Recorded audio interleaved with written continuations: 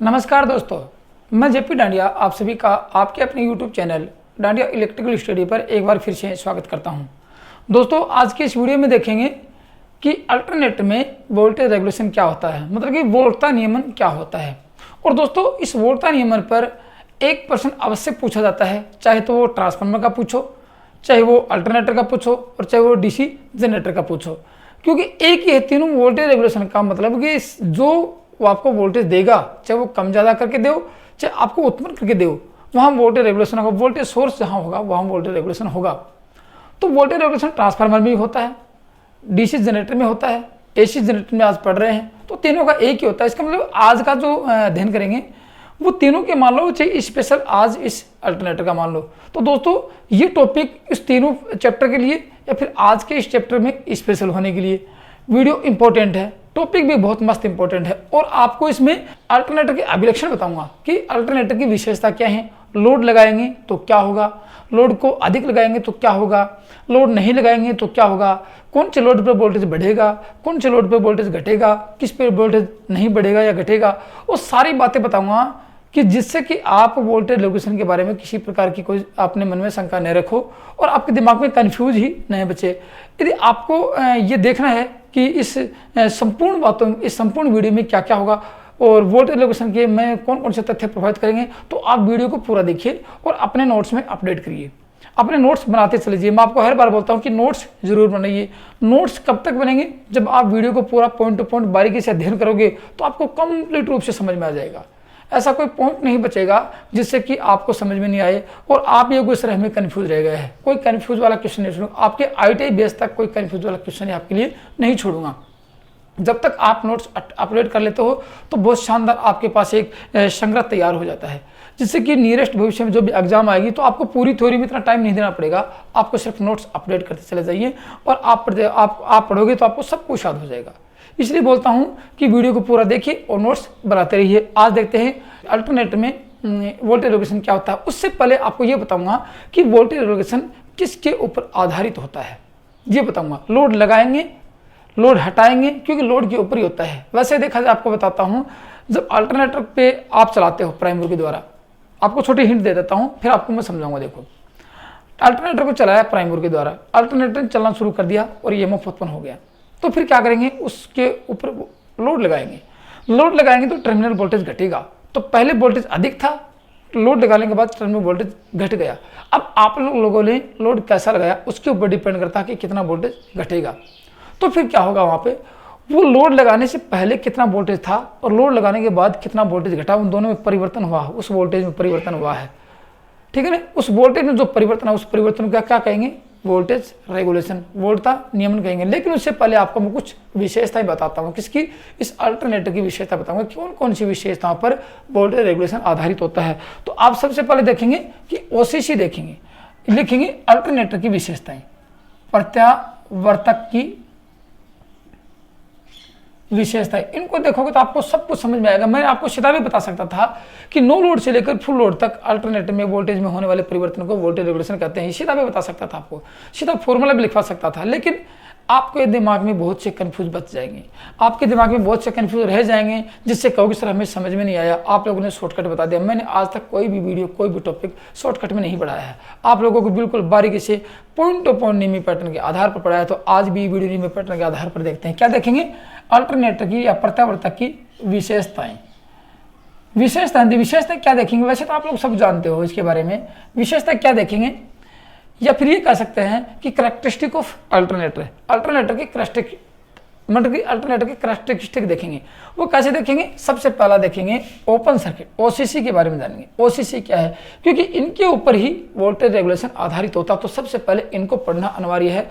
यदि मैं इनको बाद में पढ़ाता तो फिर आपको कंफ्यूज हो जाता, इसलिए इनको पढ़ाना पहले अनिवार्य है। ओसीसी क्या होता है, देखो ओसीसी का मतलब होता है कि ओपन सर्किट, क्या होगा, ओपन सर्किट कैरेक्टरिस्टिक।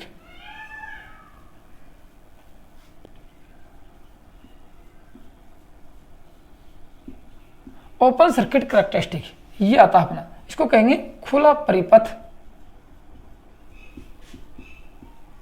अभिलक्षण, ये देखेंगे आज।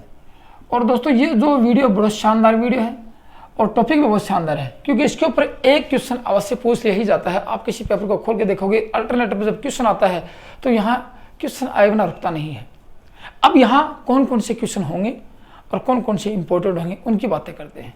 अब देखो, ओपन सर्किट का मतलब आप समझ गए कि अल्टरनेटर पर कोई लोड नहीं लगाया है। ये कह सकते हैं कि अल्टरनेटर को सिर्फ प्रचालित किया है, लोड नहीं लगाया, लोड से स्थापित उसको नहीं किया है। तो लोड ही नहीं लगाया है तो क्या आपको टर्मिनल वोल्टेज मतलब कि उस स्टेटर में धारा चलेगी, उस आर्मेचर में धारा चलेगी? नहीं चलेगी।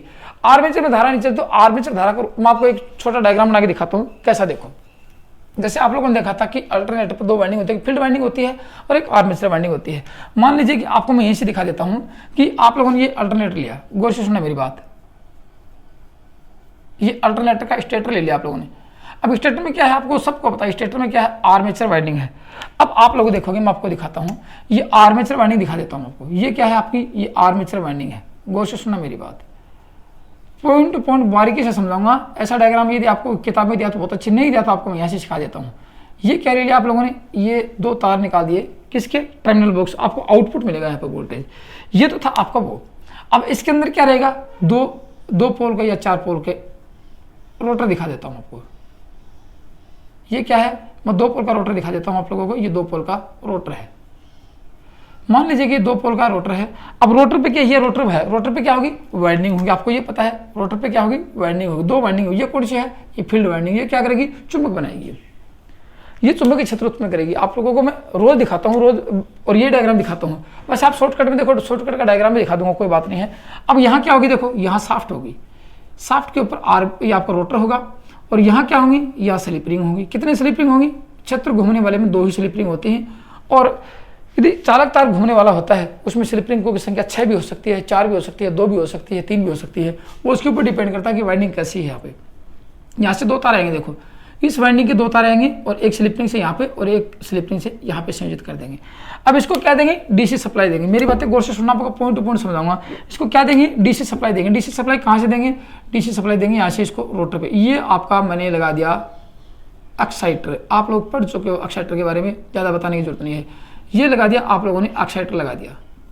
एक्साइटर क्या है, एक प्रकार का डीसी शंट या कंपाउंड जनरेटर है, जो कि इस रोटरी फील्ड को क्या देगा, इस फील्ड वाइंडिंग को क्या देगा, डीसी देगा। तो यहाँ क्या मिलेगी आप लोगों को, ये डीसी मिलेगी यहाँ पे। अब ये, और इसके आगे क्या लगाएंगे, गौर से सुनना मेरी बात, पूरी बातें बताऊंगा आप लोगों को। यहाँ क्या लगाएंगे, यहाँ एक प्राइम मूवर लगाएंगे। यहाँ क्या लगाया, ये लगाया आप लोगों ने प्राइम मूवर। प्राइम मूवर प्रधान चालक होता है जो इसको घुमाएगा। ये पीएम प्राइमर लिख देता हूँ मैं। सारी बातें मैंने यहाँ लिख दी हैं। अब आपको ऐसा कोई पॉइंट नहीं बचा है जो आपको समझ में नहीं आए, फिर भी नहीं आया तो मेरे को बता देना। ये यहाँ पे क्या होगा, देखो, ये यहाँ पे 2 तार लगाएंगे। 2 तार, एक तो प्लस माइनस, ये प्लस निकल के आता है, ये माइनस निकल के आता है। यहाँ से एक तार तो ये ले लेंगे यहाँ से, और एक तो यहाँ इसके साथ कनेक्ट कर देंगे ब्रश के द्वारा, और एक करेंगे यहाँ से। ये आपका लगाया मैंने रिहोस्टेट। गौर से सुनने मेरी बात। अब आपको सब कुछ समझाऊंगा, आपको पॉइंट टू पॉइंट समझाऊंगा। ये क्या है, ये एक प्रकार का डीसी शंट या जनरेटर हो सकता है, जिसको बोलते हैं एक्साइटर। ये आपका एक्साइटर है। वोल्टेज रेगुलेशन के बारे में पढ़ रहे हैं। ये आपके 2 क्या है, ये स्लिप रिंग है। ये क्या है, ये आपका आर्मेचर है। ये क्या है, ये आपका रोटर है। ये क्या है, ये फील्ड वाइंडिंग है।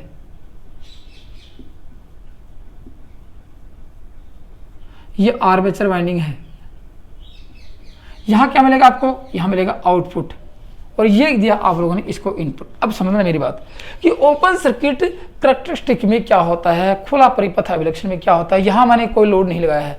लोड लगाना मतलब वहां पे धारा प्रवाहित करवाना। मैं यहाँ वोल्ट मीटर लगा देता हूँ। देखो क्या लगाएंगे, यहाँ वोल्ट मीटर लगा लेंगे। ये लगा दिया मैंने वोल्ट मीटर। इसका भी बताऊंगी, वोल्ट मीटर में वोल्ट मीटर का प्रतिरोध अधिक होता है, यहाँ धारा प्रवाहित होगी, सर्किट पूरा नहीं। वोल्ट मीटर लगाना मतलब ये नहीं कि सर्किट क्लोज कर दिया आप लोगों ने, नहीं, आप लोग सिर्फ वोल्टेज नापे यहाँ पे, ठीक है।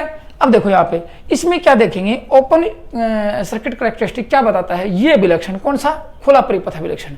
खुला परिपथ अभिलक्षण अल्टरनेटर में उत्पन्न होने वाले वोल्टेज, यहाँ वोल्टेज होगा, यहाँ कौन सा वोल्टेज उत्पन्न होगा, देखो यहाँ जो वोल्टेज उत्पन्न होगा वो होगा ई। ये क्या है, आर्मेचर में ई वोल्टेज, ई का मतलब ईएमएफ। ये ईएमएफ यहाँ उत्पन्न होगा। यहाँ क्या मिलेगा आपको, वीटी मिलेगा, टर्मिनल वोल्टेज मिलेगा, और ये इंड्यूस्ड ईएमएफ है। इंड्यूस्ड ईएमएफ ई, इसकी बातें करेंगे।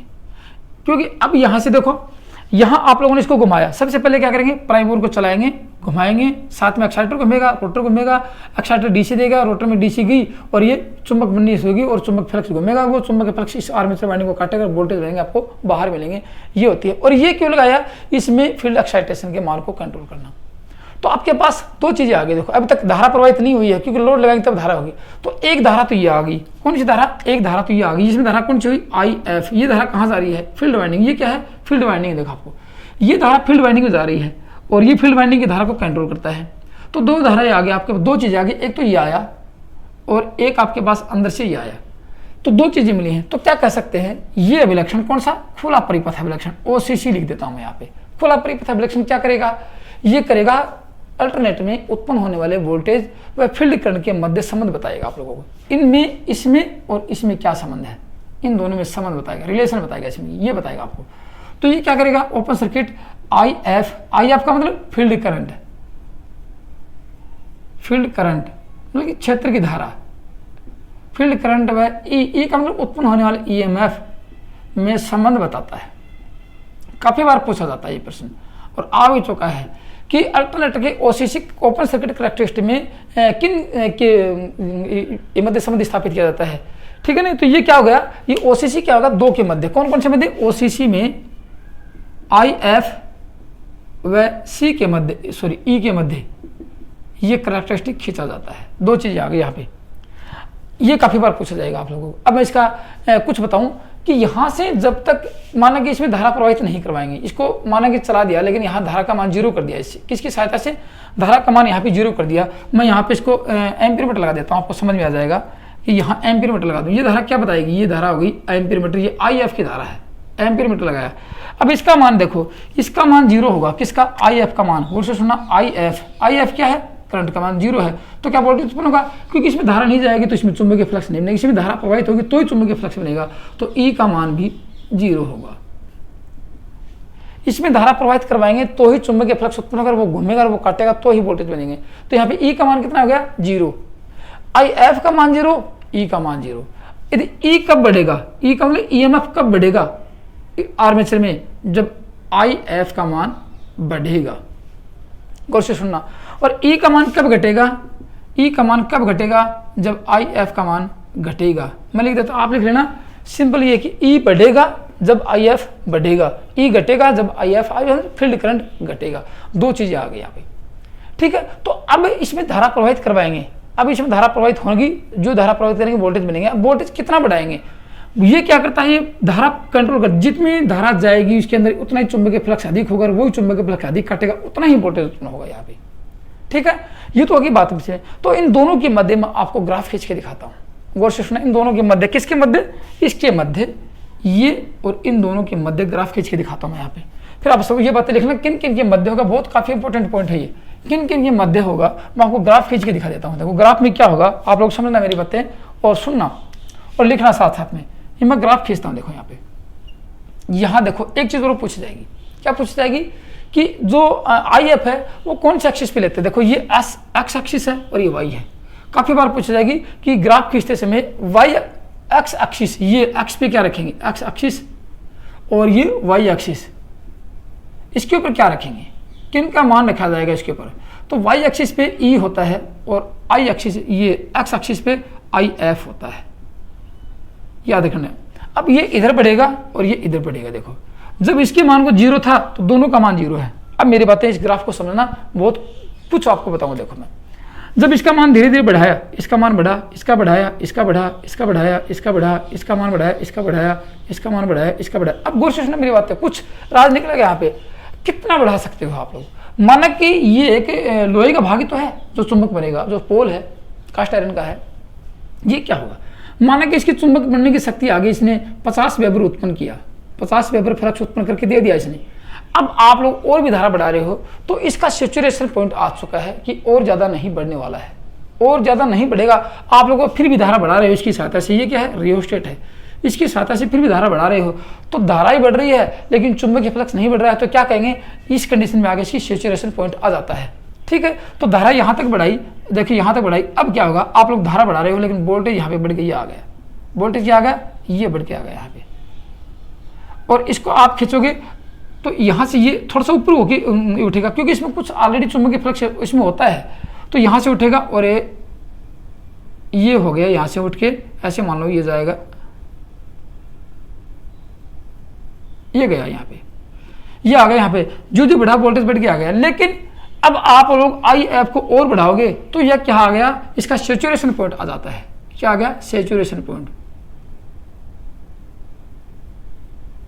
किसका, फील्ड पोल का संतृप्त अवस्था आ जाती है। अब ये धारा ही बढ़ेगी, ऐसे वोल्टेज नहीं बढ़ने वाला, क्योंकि चुंबकीय फ्लक्स जितना बढ़ना था उतना बढ़ चुका है, सैचुरेशन पॉइंट आ चुका है। तो इसको कहते हैं फ्लोटेड वोल्टेज, यहाँ फ्लोट हो चुका है, अब ये आगे बढ़ने वाला नहीं है। ठीक है, ये इसका ग्राफ था। तो क्या कर सकते हैं यहाँ पे कि IF का मान बढ़ता है तो E का मान बढ़ता है। IF कब बढ़ेगा, जब इस रियोस्टेट के द्वारा बढ़ाएंगे। और इसमें अब कितना बढ़ाएंगे, धीरे धीरे बढ़ाते हैं। तो यहाँ पे रेटेड वोल्टेज का कितना, काफी बार पूछा गया, यहाँ पे रेटेड वोल्टेज का 125% या 1.25% गुना अधिक हो जाता है, तब तक इसको बढ़ाते चले जाएंगे। तब ओपन सर्किट कैरेक्टरिस्टिक आपके सामने मिलेगा। कितना मिलेगा, तब आपके सामने मिलेगा कितना, 125% या 1.25 गुना आपको अधिक वोल्टेज मिल जाता है, तब तक करेंगे। तो इसका मतलब एक चीज आपको समझ में आ गई कि अल्टरनेट में E किसके समानुपाती हो गया, IF के समानुपाती हो गया। तो लिख लेना ये बातें, ये ओपन सर्किट कैरेक्टरिस्टिक है। इसमें IF बढ़ेगी तो ये बढ़ेगा, लेकिन कितनी देर तक बढ़ेगा, इसका सैचुरेशन पॉइंट नहीं आता, तब तक वोल्टेज बढ़ेगा, उसके बाद में नहीं बढ़ने वाला है। तो ये तो था आपका क्या कि ओपन कैरेक्टरिस्टिक में क्या होता है, यही पूछा जाता है कि ओपन सर्किट कैरेक्टरिस्टिक में उत्पन्न होने वाले वोल्टेज व IF के मध्य संबंध दर्शाया जाता है। और स्टेटर का EMF IF के समानुपाती होता है। ये IF यहाँ पे है, IF ये है फील्ड की धारा, क्योंकि फील्ड ये, इसमें धारा ये जाएगी, यहाँ से इस स्लिपिंग से होती जाएगी, तो इसमें धारा दर्शाएंगे, तो इसमें बढ़ाएंगे तो वोल्टेज बढ़ेगा, और घटाएंगे तो वोल्टेज घटेगा। ये था आपका एक। इस देखो इसमें क्या होता है, इसमें सिर्फ चुंबकीय प्रभाव उत्पन्न हुआ है, याद रखना, इसमें क्या हुआ है, चुंबकीय प्रभाव उत्पन्न हुआ है। इसलिए इस प्रभाव को क्या कह सकते हैं, इसको ओपन कैरेक्टरिस्टिक को कह सकते हैं, मैग्नेटाइजेशन अभिलक्षण भी कहते हैं इसको क्या कहेंगे, इसे मैग्नेटाइजेशन अभिलक्षण भी कहते हैं। OCC को कहेंगे मैग्नेटाइजेशन अभिलक्षण भी कहते हैं। ये आता है। अब दूसरा दिखाता हूं, लोड कैरेक्टरिस्टिक क्या होता है और शॉर्ट सर्किट कैरेक्टरिस्टिक क्या होता है, फिर बताऊंगा आपको वोल्टेज रेगुलेशन क्या होता है। वीडियो कुछ लंबा हो सकता है, लेकिन बहुत मोस्ट इंपॉर्टेंट होगा आपके लिए। परीक्षा में एक क्वेश्चन अवश्य इसके बारे में पूछा ही जाएगा। अब दिखाता हूं आपको शॉर्ट सर्किट वाला, लोड सर्किट दिखाता हूं, लोड के ऊपर डिपेंड होने वाला बताऊं। और लोड के ऊपर डिपेंड आप लोगों ने देख लिया था कि लोड के ऊपर वोल्टेज किस प्रकार निर्भर होता है। इससे पिछली वीडियो में मैंने आपको ये बताया था कि अल्टरनेटर में वोल्टेज ड्रॉप क्यों होता है, किसके कारण होता है, कितना वोल्टेज ड्रॉप होता है। मैंने इसीलिए पढ़ाया था कि मेरे को पता है कि अगले वीडियो में आपको मैं वोल्टेज रेगुलेशन पढ़ाऊंगा, तो इन सभी बातों की आवश्यकता होगी, आपके सभी चीज़ों की आवश्यकता होगी जो मैं आपके ऑलरेडी पढ़ा चुका हूँ। यदि आप ये देखना चाहोगे वोल्टेज ड्रॉप क्यों होता है, वो आप पिछली वीडियो में देखना है, उसका जिक्र आज भी करेंगे, लेकिन इतना नहीं करेंगे जितना मैं आपको पढ़ा चुका हूँ। ठीक है, अब देखेंगे शॉर्ट सर्किट कैरेक्टरिस्टिक देखेंगे। क्या देखेंगे, शॉर्ट सर्किट LCC, इसको कहेंगे लोड कैरेक्टरिस्टिक।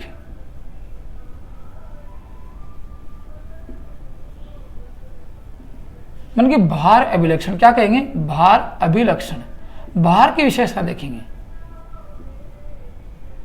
ये दिखाता हूं आप लोगों को मैं, जिसको कहेंगे LCC लोड कैरेक्टरिस्टिक दिखेंगे आपको। अब देखो इसमें क्या होता है, मेरी बात सुनना।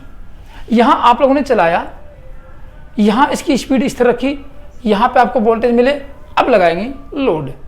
अब देखो लोड कैरेक्टरिस्टिक कहता है कि लोड लगाएंगे। अब मान लीजिए कि सपोज कीजिए मैं यहां पे आगे इसको लोड लगा देता हूं, सपोज करना मेरी बात, और आप फिर देखना कि बहुत शानदार पॉइंट निकलेगा, और काफी बार इनके बारे में पूछा भी गया है, तो आपको अभी मैं बताने वाला हूं। मान लीजिए कि यहाँ पे लोड लगा दिया आप लोगों ने, ये लगाया लोड, कैसे लगाया है, R लोड लगाया है। तीनों लोड लगा के दिखाऊंगा आप लोगों को मैं, तब आपके कहीं जाके समझ में आएगा। अब देखो ये लोड लगाया, लोड लगाते ही ये आर्मेचर है, आर्मेचर वाइंडिंग में धारा प्रवाहित, क्योंकि सर्किट पूरा हो जाता है, सर्किट कंप्लीट होते ही, सर्किट क्लोज होते ही क्या चलेगी, धारा प्रवाहित होगी। किसमें, यहाँ तो धारा ऑलरेडी प्रवाहित हो ही रही है, क्योंकि इसका तो ये दोनों सर्किट अलग अलग हैं। ये रोटर का सर्किट है और ये स्टेटर, ये आर्मेचर का सर्किट अब पूरा हुआ है, पहले पूरा नहीं हुआ था, तो यहाँ क्या होगी, आर्मेचर धारा चलेगी, यहाँ आर्मेचर धारा चलेगी IA क्या है, आर्मेचर धारा है। ये क्या है, लोड है, कौन सा है, अब मैंने रजिस्टिव लोड लगाया है, मैंने ओपन सर्किट लोड में पहले लोड नहीं लगाया था, फिर आपको तीनों लोड लगाई देखूंगा। तो ये ओपन सर्किट, ये लोड कैरेक्टरिस्टिक क्या बताता है, किन के मध्य यहाँ लोड लगाते ये धारा प्रवाहित हुई है, कोशिश ना, तो ये क्या दिखाएगा, ये आर्मेचर धारा, ये आपको क्या है, ये आपका टर्मिनल वोल्टेज है, देखो ये वोल्टेज है, लोड लगाते ये टर्मिनल वोल्टेज तो ऑलरेडी था, टर्मिनल वोल्टेज और आर्मेचर धारा के मध्य संबंध बताएगा, याद रखना, ये लोड करंट और टर्मिनल वोल्टेज के मध्य संबंध बताएगा। LCC क्या बताएगा, लिख लेना, LCC VT क्या है, लिख लेना, टर्मिनल वोल्टेज की आपको बाहर मिलने वाला वोल्टेज, ये क्या है, उत्पन्न होने वाला वोल्टेज, ये क्या है, बाहर मिलने वाला वोल्टेज आपको। VT व IA क्या है, आर्मेचर धारा अब प्रवाहित हुई उसके बने के मध्य संबंध बताता है या दर्शाता है। एक बात ही याद है आपके सामने, ठीक है, बहुत काफी बार पूछा जाता है कि ये किसके मध्य संबंध बताता है, LCC, फिर शॉर्ट सर्किट भी आएगा, शॉर्ट सर्किट करके दिखाऊंगा आप लोगों को मैं, ठीक है। अब बात आती है कि लोड कितने प्रकार का होता है। आप लोगों को इतना तो पता ही है कि लोड 3 प्रकार का होता है। लोड कैसा होगा, देखो लोड यहाँ पे AC में लोड 3 प्रकार का होता है। कौन कौन सा होता है, देखो गौर से सुना, ये R लोड, R का मतलब रजिस्टिव प्रतिरोधी भार होता है। दूसरा L लोड, इंडक्टिव लोड, बताऊंगा लिखवा के आपको। और तीसरा होता है C लोड, कैपेसिटिव लोड। इसका मतलब यहाँ एक बार तो आप लोगों ने रजिस्टेंस लगाया, दूसरी बार कॉइल लगाएंगे और तीसरी बार कैपेसिटर लगाएंगे, 3 लोड। कैपेसिटर का मतलब C लोड, कैपेसिटिव लोड लिख देता हूं आपको, कैपेसिटिव, ये क्या है, इंडक्टिव, और ये रजिस्टिव, ये प्रतिरोधी भार, ये प्रेरकीय भार, क्या है, प्रेरकीय भार, और ये धारितीय भार, हिंदी में लिखा देता हूं कोई बात नहीं है, ये क्या है, धारितीय भार। 3 प्रकार के लोड लगाएंगे यहाँ पे। अब आप लोगों ने यदि AC का चैप्टर देखा होगा, मैं पिछली बार मैंने आपको पिछली वीडियो बताया था, AC का चैप्टर देखा होगा, मेरे AC फंडामेंटल को आपने पढ़ा होगा, नोट्स बनाएंगे तो आप लोगों को सब कुछ ध्यान है। मैंने आपको पढ़ाया था पावर फैक्टर क्या होता है, पावर फैक्टर पढ़ाया था आप लोगों को। पावर फैक्टर किसके ऊपर डिपेंड करता है, लोड के ऊपर डिपेंड करता है। लोड कितने हैं AC में, 3 प्रकार के लोड हैं। तो आप लोगों को ये पता होगा कि रेजिस्टिव लोड में यूनिटी पावर फैक्टर होता है, इंडक्टिव लोड में लैगिंग पावर फैक्टर होता है, और कैपेसिटिव लोड में लीडिंग पावर फैक्टर होता है। तो यहाँ तीनों लोड की बात करें, मैं तीनों लोड का मैंने नाम लिख दिया, तीनों भार का नाम लिखा मैंने।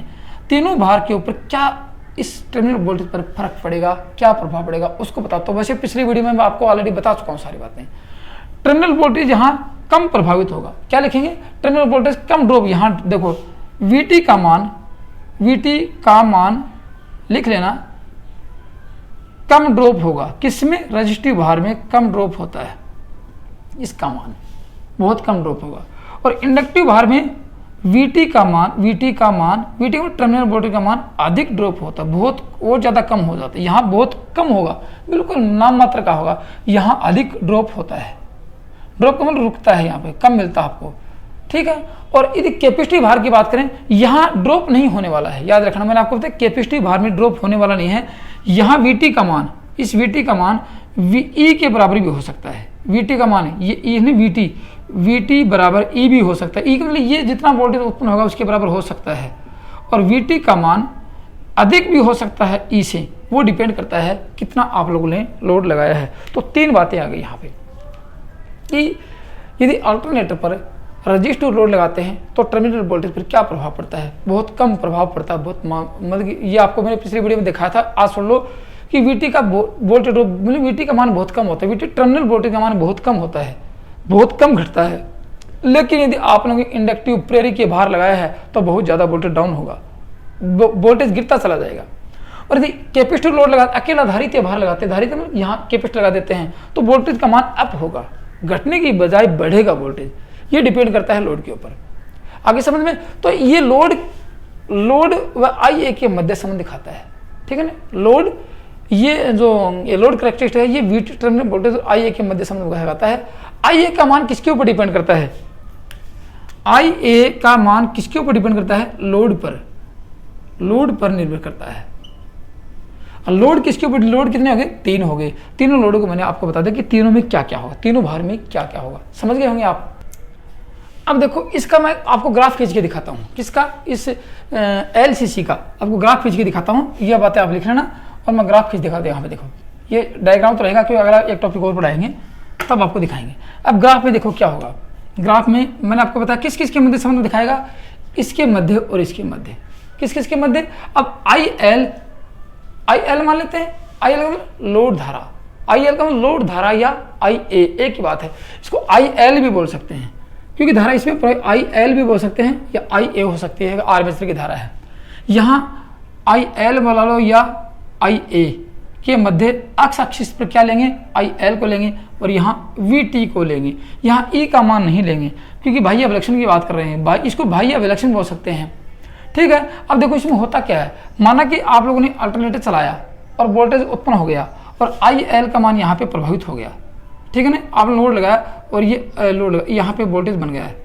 पहले मैं आपको वोल्टेज दिखा देता हूँ। माना कि इतना वोल्टेज उत्पन्न हो गया, ये धारा का मान जितना चला इतना यहाँ पे, और ये वोल्टेज हो गया, माना कि यहाँ पे 200 वोल्टेज आ गए, सपोज करना VT का मान 200 आ गया। अब आप लोगों ने लोड वोल्टेज बढ़े क्योंकि इसका मान बढ़ाते वोल्टेज तो बढ़ेंगे, वोल्टेज आ गए।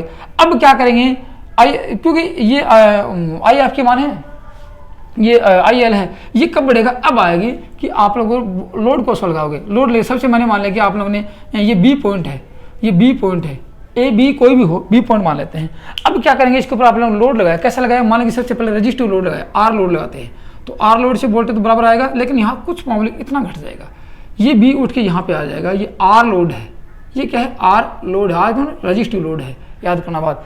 फिर आप लोगों ने इंडक्टिव लोड लगाया, इंडक्टिव लोड से ये टर्मिनल वोल्टेज धीरे धीरे देखो इतना तो घट गया, यहाँ पे आ गए, ये वोल्टेज इतना घट गया, माना कि ये 190 आ गया यहाँ पे। फिर आपने इंडक्टिव लोड लगाया तो इंडक्टिव लोड से क्या होगा, वोल्टेज और भी घट जाएगा, माना कि यहाँ पे आ गई ये वोल्टेज, क्या आ गया, यहाँ माना कि 170 वोल्टेज आ गई, इतना वोल्टेज घट चुका है। ये कौन सा है, L लोड है। अब आप लोग कैपेसिटिव लोड लगाओगे तो कैपेसिटिव लोड से वोल्टेज घटने के बजाय बढ़ जाएगा यहाँ पे ऐसे। ये क्या है, C लोड है, C में कैपेसिटिव लोड है। तो ये हो गया आपका ग्राफ, ये एक तो L लोड ये और R लोड ये और C लोड ये। यहाँ पे आपको 210 वोल्टेज भी मिल सकता है, और यदि लोड का मान कम रखेंगे तो यहाँ इसके बराबर भी हो सकता है। तो कह सकते हैं इस लोड में क्या होगा, देखो इस भार में क्या होगा, VT का मान लिख लेना, VT बराबर EB हो सकता है, इसके बराबर हो सकता है उत्पन्न होने वाले वोल्टेज के बराबर, या फिर VT का मान ग्रेटर देन EB हो सकता है, ये कंडीशन भी आ सकती है इसमें। लेकिन यहाँ क्या होगी, VT का मान लेस देन होगा E से, और यहाँ भी VT का मान लेस देन होगा E से, तीनों कंडीशन आते हैं। ये लोड के ऊपर डिपेंड होने वाली बात मैंने आपको बता दी। ये क्यों कम हुआ और क्यों अधिक हुआ, ये मेरे पिछली वीडियो में देखना आप लोगों को। आगे ये तो था आपका लोड कैरेक्टरिस्टिक, भार अभिलक्षण विशेषताएं। क्योंकि ये क्यों बता रहा हूँ, अभी आपको मैं वोल्टेज रेगुलेशन पढ़ाऊंगा तो इन सभी चीज़ों की आवश्यकता, इन सभी बातों की आवश्यकता, ये सब तथ्य आपके सामने आएंगे, इसलिए मैं आपको ये पढ़ा रहा हूँ, ठीक है। ये तो थी यहाँ पे इस लोड की बात। अब 2 पढ़ लिए, अब पढ़ेंगे तीसरा, कौन सा पढ़ेंगे, SCC ये पढ़ेंगे। SCC उनकी शॉर्ट सर्किट कैरेक्टरिस्टिक, इसके बारे में आपको बता देता हूँ, फिर बताऊँगा आपको मैं वोल्टेज रेगुलेशन क्या होता है। दोस्तों वीडियो पसंद आ रहा है, यदि वीडियो आपको समझ में आ रहा है तो लाइक कर दो और अपने दोस्तों में शेयर जरूर करना, और बताना कि नियमित पैटर्न के आधार पर कंप्लीट रूप सिलेबस से धीरे धीरे पॉइंट टू पॉइंट करवाया जा रहा है, तो और किसी को फायदा, आप लोगों को फायदा मिल रहा है, किसी और दोस्त को भी फायदा मिले और वो भी अच्छी तैयारी कर सके, ठीक है। और इस वीडियो के प्रति आपके मन में जो विचार हैं वो आप कमेंट्स में लिख के जरूर जाना। अब तीसरा एप्लीकेशन दिखाता हूँ, शॉर्ट सर्किट। अब इसको शॉर्ट करेंगे, यहाँ से शॉर्ट करेंगे। पहले ओपन रखा, फिर लोड लगाया, अब करेंगे शॉर्ट, तो इसको लिखेंगे शॉर्ट सर्किट। क्या लिखेंगे, शॉर्ट सर्किट कैरेक्टरिस्टिक।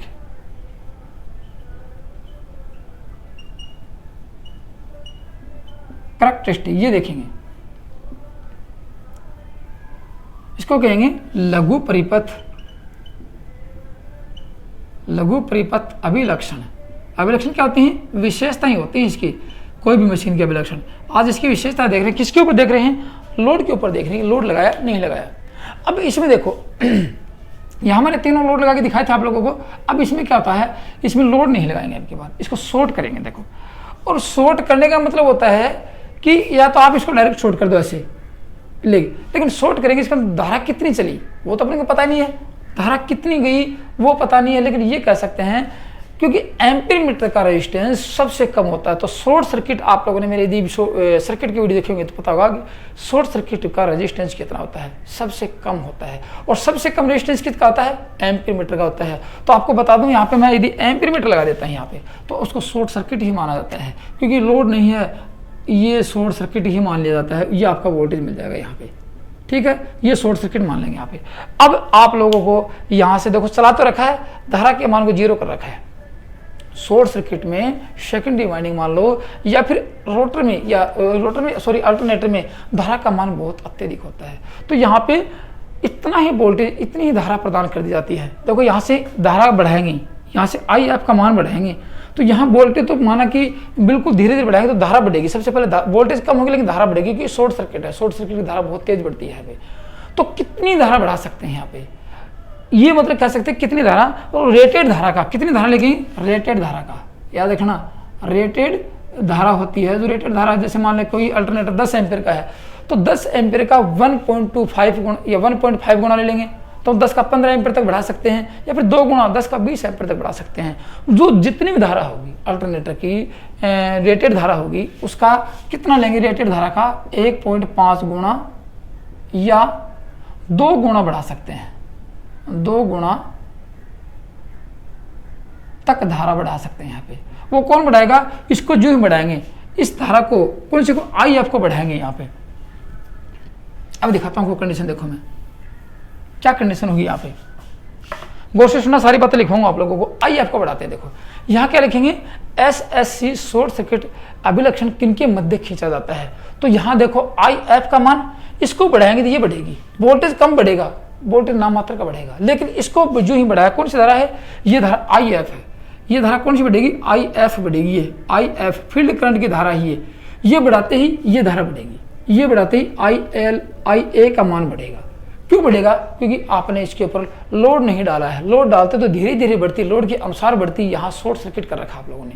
तो इसके मध्य संबंध दिखाएगा। तो कह सकते हैं SSC क्या करता है, शॉर्ट सर्किट अभिलक्षण क्या दिखाता है, IF लिख लेना फील्ड करंट, व IA आर्मेचर धारा के मध्य संबंध बताता है। ये अभिलक्षण संबंध बताता है, संबंध दर्शाता है, एक ही बात है। किसके मध्य दर्शाएगा, पूछा जाएगा। अल्टरनेटर के शॉर्ट सर्किट कैरेक्टरिस्टिक में क्या दर्शाया जाता है, किसके मध्य ये एक अभिलक्षण खींचा जाता है, किसके मध्य विशेषता बताई जाती है। तो किसके मध्य होगी, फील्ड धारा व आर्मेचर धारा के मध्य संबंध बताता है, ठीक है। ये अब इसको बढ़ाएंगे, देखो इसको बढ़ाएंगे, IF को बढ़ाएंगे, IF को बढ़ाया तो IA का मान अवश्य बढ़ेगा। तो कितनी बढ़ाएं इसको कि ये शॉर्ट सर्किट से जल नहीं जाए, याद रखना, क्योंकि शॉर्ट सर्किट धारा से जल भी सकता है। तो इस धारा को कितनी बढ़ाएं, IF के मान को कितना बढ़ाएं कि ये आसानी से सहन, इसलिए कहते हैं रेटेड धारा। अल्टरनेटर की जो धारा है, जिसको शॉर्ट करने वाले हो, जिसके अल्टरनेटर पे ये प्रैक्टिकल करने वाले हैं, उसको धारा यहाँ एम्पीयर मीटर नापेंगे। जैसे इस रेटेड धारा 20 एम्पीयर है, तो 20 का 40 गुना तक, 20 का 2 गुना, 1.5 गुना तो हो गया आपका 30 एम्पीयर, 40 एम्पीयर तक ले सकते हैं। 40 एम्पीयर तक इसमें धारा का मान को बढ़ा के इसका प्रैक्टिकल कर सकते हैं। तो अब इसका मतलब ये कि IF का मान बढ़ेगा, ये बढ़ेगा, वोल्टेज कब बढ़ेगा, ये धारा अधिक बढ़ेगी। तो क्या हो गया, IA किसके समानुपाती होगी, IF के समानुपाती होगी। किसमें, SSC में, शॉर्ट सर्किट कैरेक्टरिस्टिक में होगी। 2 बातें आपके सामने आ गई, देखो मेरी बातें गौर से सुनते जाना। अब आपको ग्राफ खींच के दिखाता हूँ। इसका मतलब ये हो सकता है दोनों समानुपाती हैं, तो IF का मान 0 है, तो इसका मान भी 0 है। क्यों 0 है, अब समझना मेरी बात। IF का मान 0, इसका मान 0, इसमें कोई धारा प्रवाहित नहीं होगी, इसमें कोई धारा, रोटर में कोई धारा प्रवाहित नहीं होगी, तो रोटर में चुंबकीय फ्लक्स स्थापित नहीं होगा। चुंबकीय फ्लक्स स्थापित नहीं होगा तो EMF उत्पन्न नहीं होगा, और ये वोल्टेज नहीं हुआ तो लोड में धारा कैसे चलेगी, कोई धारा प्रवाहित नहीं होगी, ठीक है। और IF का मान यदि बढ़ाएंगे तो IA का मान अवश्य बढ़ेगा। कितना बढ़ाएंगे, रेटेड धारा का 1.5 से मतलब कि ये कह सकते हैं कि 2 गुना तक बढ़ा सकते हैं। आगे समझ में। अब कैसे बढ़ेगा, मैं आपको इसका ग्राफ खींच के दिखाता हूँ। देखो ग्राफ में क्या खींचेंगे, ये दिखाया आपको। ग्राफ में क्या क्या होगा, आप गौर से सुनना मेरी बातें, पॉइंट टू पॉइंट बता रहा हूँ, आपको समस्या नहीं आने वाली है। ये आपसे पूछा जाएगा कि IF और IA, इसको IF को कौन से एक्सिस पे रखेंगे, कौन सी रेखा पे रखेंगे, IF एक्स एक्सिस पे होगी। ये कहाँ होगी, IF एक्स एक्सिस पे होगी, और आई ए वाई एक्सिस पे होगी। याद रखना, ये बातें लिखते चले जाना, आई एक्सिस पे होंगी। तो ये वाई है और ये एक्स है। यहाँ क्या लिखने वाले हैं, यहाँ आई एफ ये बढ़ाएंगे, आई एफ बढ़ाएंगे और आई ए ये है। गौर से सुनो, आई ए मान ये है। अब देखो क्या होगा यहाँ पे, अब ये होगा, आप लोगों ने ये बढ़ाई, धीरे धीरे इसको बढ़ाएंगे, धीरे धीरे आप बढ़ाओगे तो साथ साथ बढ़ेगी, तो ऐसे बढ़ेगी, ये रेखीय रूप से बढ़ती है। मैंने आपको समानुपाती बताई ना, ये रेखीय रूप से बढ़ता है। कौन सा, ये जो धारा बढ़ती है रेखीय रूप से, लीनियरली रूप से बढ़ती है। याद रखना, रेखीय रूप से बढ़ती है। रेखीय, ये बढ़ाया, जितना इसको बढ़ाया उतना ये बढ़ा, 1% इसको बढ़ाया 1%, 2% इसको बढ़ाया 2% ये बढ़ी, 4% इसको बढ़ाया 4% ये बढ़ी, 8% इसको बढ़ाया 8% ये बढ़ी, बल्कि समान रूप से बढ़ेगी। इसको कह सकते हैं ये क्या होता है, रेखीय रूप से होता है। एससीसी का, ये एससीसी क्या है, एससीसी रेखीय रूप से होता है। और जबकि ओसीसी ऐसा नहीं था, ओसीसी और एलसीसी ऐसा नहीं था, ये ओसीसी रेखीय रूप से, लीनियरली रूप से बढ़ता है। याद रखना बात, ठीक है। और अब ये होता है कि अब इस धारा को कितना बढ़ाएंगे, यहाँ से जाके ये मुड़ेगा नहीं, जितनी बढ़ाते चले जाएंगे उसे बढ़ाते चले जाएंगे, क्योंकि इसके मान तो बहुत कम बढ़ेगा, इसका बहुत ज़्यादा बढ़ेगा, तो बराबर बराबर बढ़ने वाला है। तो ये होगी बात, ये मुड़ेगा नहीं जितने बढ़ाएंगे, क्योंकि ओसीसी में तो इसने थोड़ा उल्टा रूप ले लिया था, क्योंकि वो मैग्नेट सैचुरेशन अवस्था में आ चुका था। तो दोस्तों ये तो था आपका मतलब कि open circuit characteristic, load circuit characteristic और ये कि शॉर्ट सर्किट करैक्टरिस्टिक। इसमें यदि आपको कोई समस्या है तो बताना, और क्योंकि ये चीज़ सारी बातें आपसे पूछे जाएंगी, ठीक है, ये सारी बातें आपसे पूछे जाएंगी। और ये किस किस के मध्य खींचा जाता है, क्या संबंध बताता है, मैंने आपको बता दिया, ये एससीसी आईएफ और आईए के मध्य संबंध बताता है, ठीक है। ये तो था आप लोगों का एससीसी, और वो था पहले वाला ओसीसी और बीच वाला एलसीसी। अब बताता हूं कि इस तीनों अभिलक्षण का वोल्टेज रेगुलेशन पर क्या प्रभाव पड़ता है, वोल्टेज रेगुलेशन होता क्या है, वोल्टता नियमन क्या होता है। आप लोग समझ चुके हो, यहां तक इतना रात समझ चुके हो कि लोड लगाएंगे तो टर्मिनल वोल्टेज घटेगा, लोड लगाएंगे तो टर्मिनल वोल्टेज घटेगा। वो लोड के ऊपर डिपेंड करता है, लोड कैसा लगाया आप लोगों ने, ठीक है ना, टर्मिनल वोल्टेज। और इसमें से जो वोल्टेज कम हो गया जाएगा वो यहाँ पे आपको पता ही है, मैंने आपको 3 कारण पिछली बार लिखवा चुका हूँ कि यहाँ से वोल्टेज यहाँ तक जाएगा तो पहले ही, जैसे माना कि ये तो था 200 वोल्टेज, माना कि इसके अंदर 200 वोल्टेज उत्पन्न हुए, गौर से सुनना। और यहाँ आपको पहले बिना लोड लगाए आप देखते हो यहाँ से 190 आ गए, तो 10 वोल्टेज ऑलरेडी कम मिल चुके हैं, 10 वोल्टेज ऑलरेडी कम मिल चुके हैं। ये तो थी बात यहाँ पे, लेकिन अब यहाँ लोड लगाएंगे 190 से 180 चले जाएंगे, इन दोनों में जो परिवर्तन हुआ है उसको कहेंगे वोल्टेज रेगुलेशन। ये जो वोल्टेज कम होता है ये मैं ऑलरेडी पहले पढ़ा चुका हूँ पिछली वीडियो में कि 3 कारणों से कम होगा। एक तो आर्मेचर रिएक्शन से कम होगा, एक सिंक्रोनस रिएक्टेंस से कम होगा, मतलब कि armature reactance, armature leakage reactance के कारण होगा, और तीसरा आर्मेचर रेजिस्टेंस के कारण होगा। तीनों तथ्य आपको बताए हैं। आज इसके आगे और देखेंगे कि वोल्टेज रेगुलेशन क्या होता है। देखो अब क्या पढ़ेंगे, अब पढ़ेंगे वोल्टेज रेगुलेशन। अब पढ़ने वाले हैं वोल्टेज रेगुलेशन किसका, अल्टरनेटर का।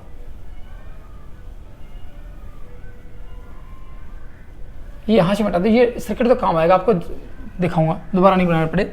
अब देखेंगे वोल्टेज रेगुलेशन,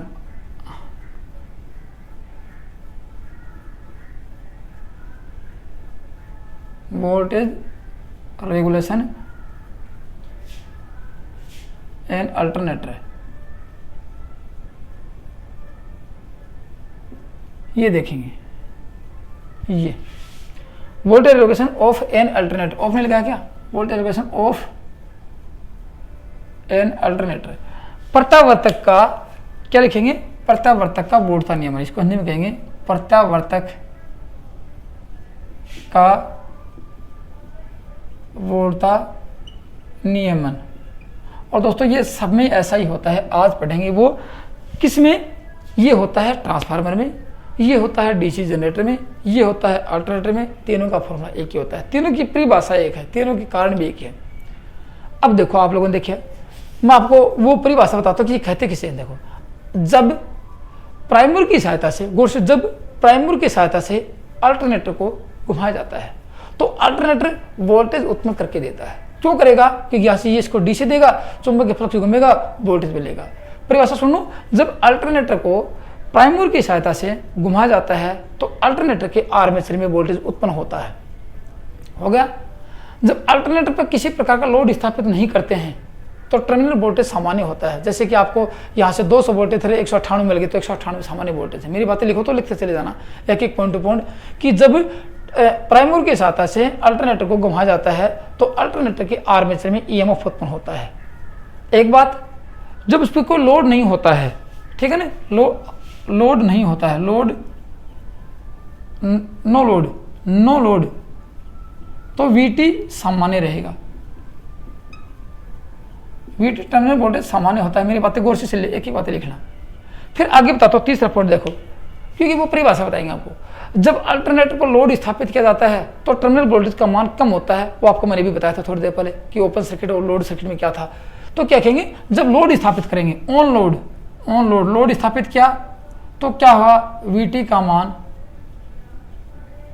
कम होगा। VT का मान कम होगा। देखो पहले VT आपको माना कि 190 मिला था 200 से, अब VT का मान 190 से कम होगा, 185 आ सकता है, 90 आ सकता है। VT का मान, टर्मिनल वोल्टेज का मान कम हो जाता है। तो लोड संयोजित करने पर जो टर्मिनल वोल्टेज में कमी होती है, लोड संयोजित करने पर, पहले नहीं, पहले तो जो कमी आ गई वो आ गई। लोड संयोजित करने पर जो टर्मिनल वोल्टेज में कमी होती है, कमी तो होगी कि लोड संयोजित करने पर टर्मिनल वोल्टेज कम होगा ना कम। लोड संयोजित करने पर टर्मिनल वोल्टेज जो कम हो जाता है तो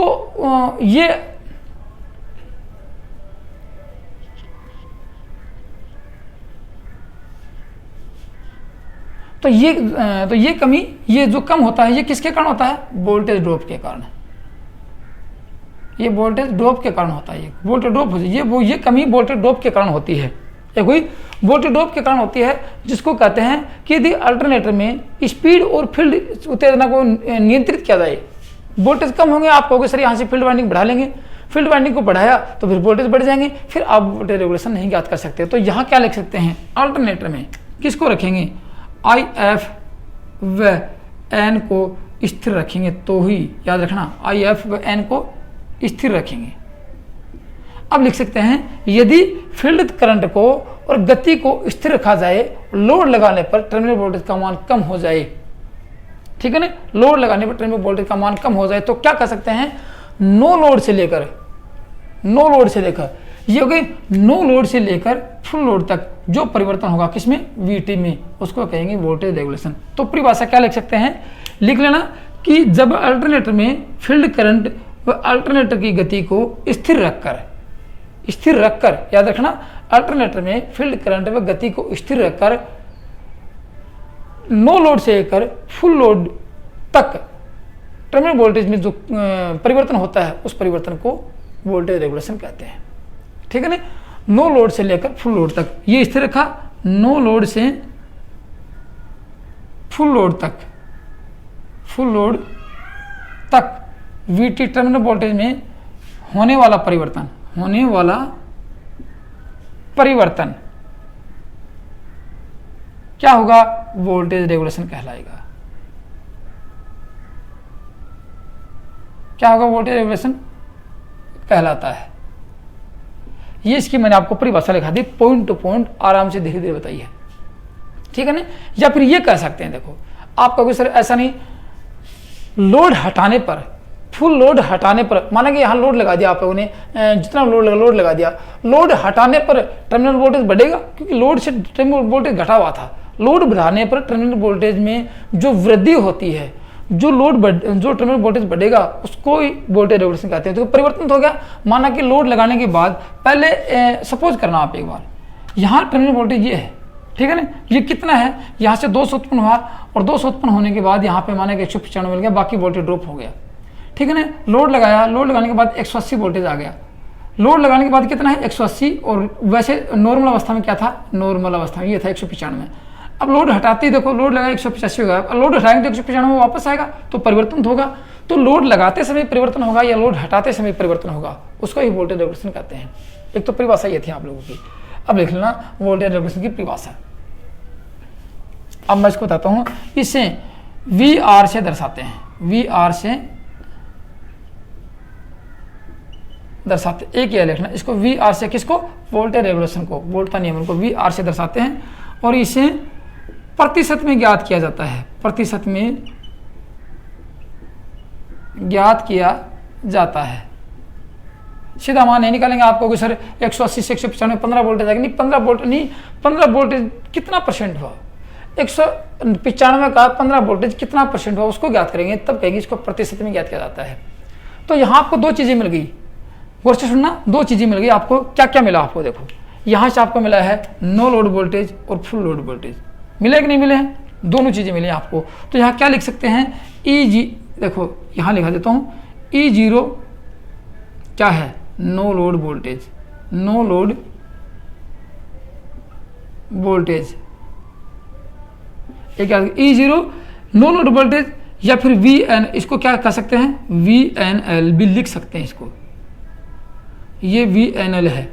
दूसरा आता है V का मतलब, अब V बचेगा उसको कहते हैं full load voltage, full load voltage एक क्या आता है फुल लोड पे, या इसको VFL भी बोल सकते हैं, VFL, ये VFL ये है। दो बातें आएंगे आपके सामने, दो चीज़ें आपके सामने निकल के आएंगी। क्या आ गया, VNL इसका वोल्टेज, इसको किससे दर्शाएंगे, नो लोड को, इसको नो लोड के वोल्टेज को दर्शा सकते हैं E0 से या फिर V से V से, सॉरी E0 से या VNL से दर्शा सकते हैं इसको। और इसको किससे दर्शाएंगे, इसको V से या VFL से दर्शा सकते हैं इसको, दोनों। अब इसका परसेंटेज निकालने वाले हैं, किसका, इस दोनों वोल्टेज का, किसका, नो लोड पे वोल्टेज था और फुल लोड पे वोल्टेज था, उसका परसेंटेज निकालेंगे, क्योंकि परिभाषा भी यही है। अब देखो इसका परसेंटेज निकाल दें, यहाँ पे इसका परसेंटेज निकाल के दिखाता हूँ, किसका, VR का। तो क्या लिख सकते हैं, देखो VR क्या है, वोल्टेज रेगुलेशन, किस में ज्ञात करेंगे, परसेंटेज में, एक तो ये आ गया बात। फिर आगे लिखेंगे सबसे ज़्यादा वोल्टेज कौन सा, E0 माइनस V, मैंने ऑलरेडी पहले बताया V, ये फुल लोड का वोल्टेज है और ये नो लोड का वोल्टेज है, और अपॉन V और इंटू परसेंटेज में 100, ये इसका फॉर्मूला रहेगा। आपको प्रत्येक बातें मिलेंगी, किसमें, पेपर में मिलेंगी, कि नो लोड पे वोल्टेज इतना है, फुल लोड पे वोल्टेज का मान इतना है, तो इस अल्टरनेटर का वोल्टेज रेगुलेशन क्या होगा। फिर क्योंकि सर ये नाम क्या है, यहाँ दूसरा लिख देते हैं, VR बराबर VR क्या है, वोल्टेज रेगुलेशन, वोल्टता नियमन, किसमें है, परसेंटेज में। तो यहाँ VNL माइनस VFL ये भी मिल सकता है आपको, और ये VFL इंटू 100, दोनों के दोनों फॉर्मूले आपको मिल सकते हैं। ये किसके हैं, वोल्टेज रेगुलेशन के। लेकिन आपको थोड़ी देर पहले मैंने बताया था कि लोड पे वोल्टेज कितना घटेगा, ये किसके ऊपर डिपेंड करता है। तो कह सकते हैं अल्टरनेटर में वोल्टेज रेगुलेशन पावर फैक्टर पे डिपेंड करता है। यहाँ लिखेंगे बातें, अब यहाँ सारी बातें लिखेंगे, अब लिखने वाले हैं, जो आप पहले पढ़ गए वो सारी बातें लिखने वाले, मैंने फॉर्मूला आपको लिखवा दिया है यहाँ पे। अब लिखेंगे सारी बातें। अल्टरनेटर में VR क्या है, VR वोल्टेज रेगुलेशन, किसको भी डिपेंड करता है, पावर फैक्टर को cos फाई से दर्शाते हैं, पावर फैक्टर पर निर्भर करता है। एक बात याद रखना, एक पॉइंट आ गया, वोल्टेज रेगुलेशन पावर फैक्टर पर डिपेंड होगा। और आप लोगों को पता है कि पावर फैक्टर किसके ऊपर डिपेंड होता है, ये पावर फैक्टर ये लोड पे डिपेंड होता है, लोड पर निर्भर होता है। लोड कितने हैं, लोड आपके सामने आपको पता है, लोड 3 है। एक रजिस्टिव लोड, मैं लिख देता हूँ नाम यहाँ पे, रजिस्टिव प्रतिरोधी भार, हिंदी में लिखना चाहता हूँ, अब की बार हिंदी में लिखा देता हूँ, प्रतिरोधी भार। पहला भार कौन सा है, प्रतिरोधी भार। दूसरा कौन सा है, प्रेरकीय भार। और तीसरा कौन सा रहेगा, धारितीय भार। 3 भार रहेंगे। इसको शॉर्टकट में R लिख देता हूं, इसको L लिख देता हूं और इसको C भार लिख देता हूं, आप समझ जाओगे। 3 भार रहेंगे। तीनों भार की बात कर लेते हैं। अब आपको पता है इसका पावर फैक्टर क्या होगा, ये cos फाई आपको पता है, इसका भी cos फाई आपको पता है, क्योंकि आप जानते हो, इतना पढ़ लिया आप लोग। इसका cos फाई यूनिटी रहेगा, यूनिटी, इसका लैगिंग रहेगा और इसका लीडिंग रहेगा। 3 पावर फैक्टर बता दिया आप लोगों को मैंने। अब होगा क्या, देखो यहाँ पे, अब वो निष्कर्ष निकलने वाला है, कौन सा, कि वोल्टेज पे क्या प्रभाव पड़ेगा मैं बता चुका हूं। यहाँ पे क्या होगा, E का मान, V का मान E से कम होगा, ठीक है ना, सॉरी ये V का मान लेस देन E से होगा। यहाँ भी ये कंडीशन रहेगी, E का मान लेस देन V से होगा। लेकिन यहाँ V का मान बराबर हो सकता है, v का मान e के बराबर हो सकता है, या v का मान ग्रेटर देन v से हो सकता है। ये किस कंडीशन में आ गई, ये इस लीडिंग पावर फैक्टर में आ गई है, ठीक है, लीडिंग पावर फैक्टर में आ गई है। तो कह सकते हैं, अब क्या कहेंगे, यदि यहाँ पे आप लोड लगाया है और वोल्टेज घट रहे हैं तो 3 बातें आपको अवश्य याद रखनी पड़ेंगी। आपको यही मोस्ट इंपॉर्टेंट आता है पॉइंट निकल के, क्या कि लीडिंग पावर फैक्टर की बात करें यहाँ से या रेजिस्टिविटी पावर फैक्टर की बात करें, कोई बात नहीं है। मैं आपको बताता हूँ इस पावर फैक्टर की बात करते हैं, देखो शुरू से यहाँ लगा देता हूँ, इस पावर फैक्टर की बात कर लेते हैं, सबसे पहले इसकी बात कर लेते हैं, फिर धीरे धीरे तीनों की बता देंगे। यहाँ से शुरू कर लेते हैं। लीडिंग पावर फैक्टर ये है धारितीय लोड। आपने लोड कैसा लगाया है, कैपेसिटिव लोड लगाया है। यहाँ पे आप लोगों ने लोड कैसा लगाया है, कैपेसिटिव लोड लगाया है, याद रखना, लोड लगाया कैपेसिटिव। लीडिंग तो पावर फैक्टर क्या होगा, धारा लीडिंग चलेगी, पावर फैक्टर लीडिंग होगा। लीडिंग पावर फैक्टर पर लोड बढ़ेगा, पावर फैक्टर कैसा होगा, लीडिंग पावर फैक्टर लोड बढ़ेगा, लोड लीडिंग पावर फैक्टर पर लोड बढ़ेगा। बढ़ने के साथ साथ क्या होगा, वीटी का मान बढ़ेगा, वीटी का मान बढ़ेगा। एक निष्कर्ष ये निकल के आता है यहाँ पे, गौर से सुनना बात, वीटी का मान बढ़ेगा तो लीडिंग पावर फैक्टर पर लोड बढ़ेगा, या कह सकते हैं कि लीडिंग पावर फैक्टर लीडिंग बढ़ेगा तो क्या होगा, वीटी का मान बढ़ेगा। तो आपको बता दिया है इससे टर्मिनल वोल्टेज वीटी का मान बढ़ के इससे अधिक भी हो सकता है। एक बात ये आ गई आपके सामने। दूसरे देखो, इस लोड की बात करते हैं, इस लोड की बात करते हैं। प्रेरकीय भार में कौन सा पावर फैक्टर होगा, लैगिंग, प्रेरक पावर में लैगिंग पावर फैक्टर होगा। तो यहाँ क्या लिख सकते हैं, लैगिंग पावर फैक्टर में, लैगिंग पावर फैक्टर में क्या होगा, लोड बढ़ाएंगे, मतलब कि इंडक्टिव लोड बढ़ा रहे हो आप, लोड बढ़ाएंगे तो क्या होगा, वीटी का मान कम होगा। ये मैं बता रहा हूँ वोल्टेज रेगुलेशन की बात। या फिर कह सकते हैं एक चीज और आ गई आपके सामने, वो आपको मैंने बताया नहीं, देखो यहाँ से ये थोड़ा ऊपर लिखा देता हूँ मैं कि ई का मान बराबर हो सकता है वी का, और ये ई ग्रेटर देन वी हो सकता है। ये तो बातें इसमें थी लीडिंग में। यहाँ क्या होगा, इसको देखो, लीडिंग पावर फैक्टर पे की बात करें, ये इसकी बात करने वाले हैं। लीडिंग पावर फैक्टर की बात करें, वोल्टेज बढ़ता है उसको कहते हैं धनात्मक वोल्टेज रेगुलेशन होगा। याद रखना बात, काफी बार पूछा जाएगा आपसे, धनात्मक वी आर होगा, धनात्मक पॉजिटिव वी आर होगा। पॉजिटिव वी आर जहाँ होगा, पूछा कि पॉजिटिव वी आर होता तो क्या होता है, टर्मिनल वोल्टेज बढ़ता है लिख लेना। और यहाँ ऋणात्मक वी आर होगा, ऋणात्मक वी आर का मतलब वोल्टेज रेगुलेशन होगा, इसमें वोल्टेज घटेगा, मैंने ऑलरेडी दिखा रखा आपको, ठीक है। और तीसरी कंडीशन कौन सी आती है, इस रजिस्टिव की आती है, इसकी बात करते हैं। ये रजिस्टिव यूनिटी पावर फैक्टर है, कौन सा है, यूनिटी पावर फैक्टर है, यूनिटी कोस फाई है। लोड बढ़ेगा, लोड बढ़ाएंगे यूनिटी पावर, रजिस्टिव लोड बढ़ा रहे हो तो वीटी टर्मिनल वोल्टेज, वीटी का मतलब टर्मिनल वोल्टेज नाम मात्र का परिवर्तन होगा, नाम मात्र का, ऐसे लिखते हैं, नाम मात्र का, नाम मात्र का परिवर्तन होगा, ये होगा, नाम मात्र का क्या होगा, परिवर्तन होगा। तो इतनी बातें आ गई यहाँ पे। तो दोस्तों ये आप लोग जब देखोगे, आपके सामने क्वेश्चन आएंगे वोल्टेज रेगुलेशन के, तो आपको मान मिलेगा, आपको मान वोल्टेज रेगुलेशन का मान निकालने के लिए फुल लोड वोल्टेज मिलेगा, नो लोड वोल्टेज मिलेगा, पावर फैक्टर का मान लीडिंग चल रहा है या पावर फैक्टर लैगिंग चल रहा है। ये पूछेगा कि लोड किसी अल्टरनेटर पर धारितीय लोड लगाया गया है और फुल लोड पे वोल्टेज इतना था तो मतलब कि, और नो लोड पे वोल्टेज इतना, तो वोल्टेज बढ़ेगा घटेगा, ये आपसे पूछा जाएगा। और वोल्टेज बढ़ेगा तो वोल्टेज धनात्मक होगा कि ऋणात्मक होगा, ये सारी बातें मैंने आपको लिखा है, ऐसा कोई पॉइंट नहीं छोड़ा है तीनों बातों में। तो सबसे पहले देखा ओसीसी, एलसीसी, एससीसी और फिर वोल्टेज रेगुलेशन। दोस्तों ये टॉपिक कुछ लंबा जरूर, लेकिन एग्जाम की दृष्टि से देखते हुए मोस्ट इंपॉर्टेंट है, तो उसको अच्छी तरह देखना, वीडियो को रोक रोक के देखना, लिखना अवश्य, नोट्स अवश्य बनाना। तो दोस्तों आज की वीडियो में इतना था, थैंक यू, धन्यवाद।